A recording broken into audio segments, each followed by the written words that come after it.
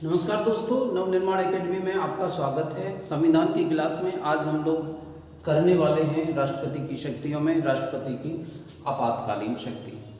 भारत के संविधान ने राष्ट्रपति को 3 प्रकार की आपातकालीन शक्तियां दी हैं। आपातकालीन शक्तियों का मतलब होता है कि जिस प्रकार से सरकार पहले से चल रही है, यदि वो सरकार अब संभव ना हो कि उस तरीके से चलाई जा सके, तो उस समय राष्ट्रपति के पास कुछ निश्चित शक्तियां आ जाती हैं। उन शक्तियों का उल्लेख संविधान में है और उन शक्तियों के बारे में हम लोग बात करने वाले हैं। तो पहली शक्ति है राष्ट्रपति राष्ट्रीय आपात की शक्ति, दूसरी है राष्ट्रपति को राष्ट्रपतीय शासन की शक्ति, तीसरी है वित्तीय आपातकाल की शक्ति। तो अभी हम पहले बात करने वाले हैं राष्ट्रीय आपात के बारे में। देखिए, राष्ट्रीय आपात जो है, पहली बात लिख लेते हैं अनुच्छेद 352 में। अनुच्छेद 352 में राष्ट्रीय आपात का उल्लेख है। अनुच्छेद 352 कहता है कि राष्ट्रपति के पास राष्ट्रीय आपात की शक्ति है। दूसरी बात इसके बारे में आप जान सकते हैं कि यह कब लगाया जाता है, कब इसको अध्यारोपित किया जाता है। तो मित्रों, इसको तब अध्यारोपित किया जाता है जबकि बाह्य आक्रमण, युद्ध, बाहरी आक्रमण,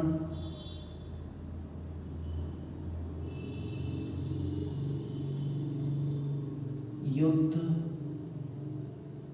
किसी देश के साथ हमारा युद्ध हो गया हो, बाहर से आक्रमण हो गया हो किसी देश का, या फिर जो तीसरी बात है, या फिर सशस्त्र विद्रोह कर दिया गया हो।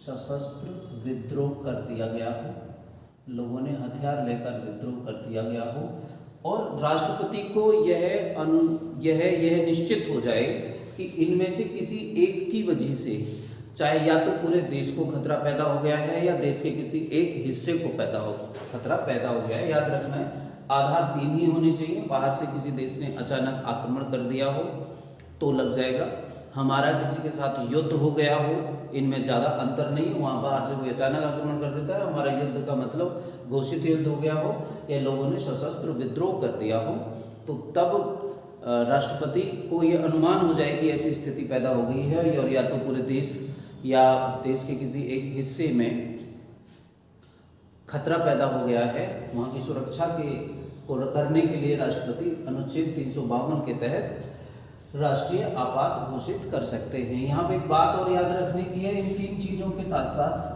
कि ये जो आपातकाल है पूरे देश में लागू हो सकता है और इसको देश के किसी एक हिस्से में भी लागू किया जा सकता है। ये प्रश्न कई बार पूछा गया है।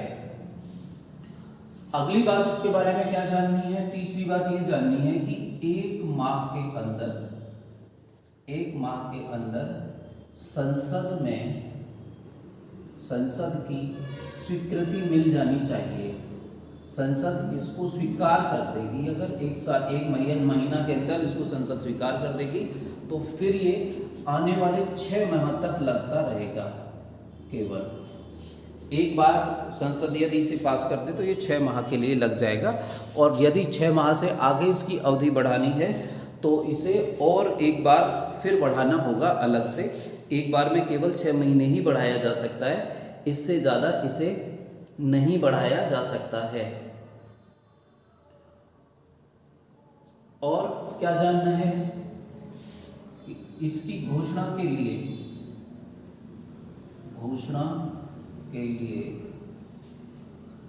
मंत्रिमंडल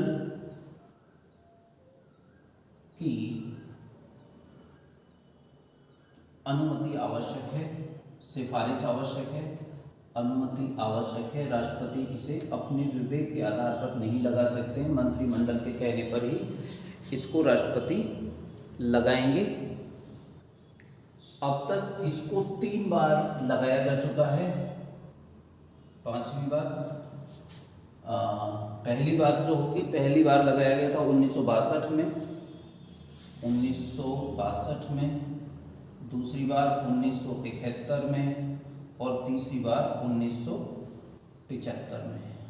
1962 में चीन के साथ हमारा युद्ध हुआ था, 1971 में पाकिस्तान के साथ हमारा युद्ध हुआ था, और 1975 में श्रीमती इंदिरा गांधी ने आंतरिक अशांति के आधार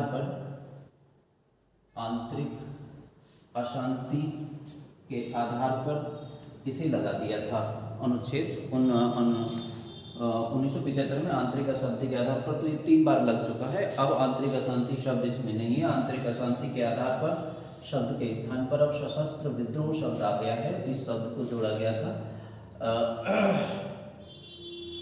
44वां संविधान संशोधन 1978, 44वां संविधान संशोधन 1978 के द्वारा इस शब्द को जोड़ा गया था और आंतरिक अशांति शब्द को हटा दिया गया। अब आंतरिक अशांति इसमें नहीं है। तो मित्रों, ये पहली राष्ट्रीय आपात की बात हो गई। अब हम दूसरी बात करते हैं, राष्ट्रपति शासन की बात करते हैं। यहाँ से इसकी विशेष चर्चा हम अगली क्लासेस में करेंगे। यहाँ पर इतना ही बहुत है राष्ट्रपति के विषय में। यहाँ पर जानने के लिए विस्तार में राष्ट्रपति शासन में हम लोग बात करते हैं अनुच्छेद, पहली बात इसके बारे में समझनी है, अनुच्छेद 356 में इसकी बात है। दूसरी बात, इसका जो राष्ट्रपति का संबंध है ये राज्य से है। इसे आप राज्य आपात भी कह सकते हैं, क्योंकि ये राज्य में ही लगाया जाता है। और इसकी जो घोषणा है, इसकी जो उद्घोषणा किस प्रकार से की जाती है, इसका आधार क्या होगा? इसका आधार ये होगा कि यदि राज्यपाल राष्ट्रपति को ये बताते हैं कि राज्य में जो शासन है वो संविधान के अनुसार नहीं चल पा रहा है और राष्ट्रपति को इसका जो है इसका विश्वास हो जाता है, तो राष्ट्रपति अनुच्छेद 352, 356 अध्यारोपित कर सकते हैं। उस राज्य में राष्ट्रपति शासन लगा सकते हैं। ये जो राष्ट्रपति शासन है, संसद से 2 माह के अंदर इसकी स्वीकृति होनी चाहिए। चौथी बात करते हैं, संसद की स्वीकृति 2 माह होनी चाहिए। 2 माह के लिए 2 माह में संसद की स्वीकृति मिल जानी चाहिए। 5वीं बात, एक बार में केवल 6 माह बढ़ सकता है। 6 माह से ज़्यादा एक बार में नहीं बढ़ सकता। जब संसद की स्वीकृति मिल जाएगी, एक बार में फिर आगे बढ़ाना है तो फिर 6 महीने के लिए आपको अनुमति लेनी होगी। 6ठी बात, अधिकतम 3 साल तक लग सकता है। 3 साल से ज़्यादा इसको नहीं लगाया जा सकता। अर्थात अब 6 साल करके केवल 3 साल, 6 माह करके केवल 3 साल तक इसे बढ़ाया जा सकता है। इससे ज़्यादा इसे नहीं बढ़ाया जा सकता। फिर ये अपने आप ख़त्म हो जाएगा। इसके बाद ख़त्म बात क्या हो जाता है, क्या क्या प्रभाव होते हैं, इसकी बात हम राष्ट्रपति एक अब भारत में आपातकाल एक अलग टॉपिक करेंगे। फिलहाल आप इतना ही समझ लीजिए। 356 में राज्य आपात लग जाता है। इसके आधार कौन कौन से होते हैं? राज्यपाल राष्ट्रपति को लिख कर देते हैं कि यहाँ पर राष्ट्रपति शासन, यहाँ पर जो है राष्ट्रपति शासन लगा दीजिए, क्योंकि संविधान के आधार पर शासन नहीं चल रहा है। और यदि राष्ट्रपति को इसका विश्वास हो जाता है कि ऐसा है तो वो यहाँ पर लगा सकते हैं। वित्तीय आपातकाल बहुत आसान है। ये अब तक बहुत बार लग चुका है। ये अब तक केवल 3 बार लगा है। वित्तीय आपात एक भी बार नहीं लगा। अनुच्छेद 360 में है वित्तीय आपात। और दूसरी बात है कि राष्ट्रपति को विश्वास हो जाए कि भारत का जो वित्तीय स्थिति खराब हो गई है, वित्तीय स्थिति खराब हो गई है, वित्तीय स्थायित्व को खतरा हो गया है, वित्तीय स्थिति खराब हो गई है, तो राष्ट्रपति इसको लगा सकते हैं। और तीसरी बात इसमें जानने की है, 2 माह में संसद से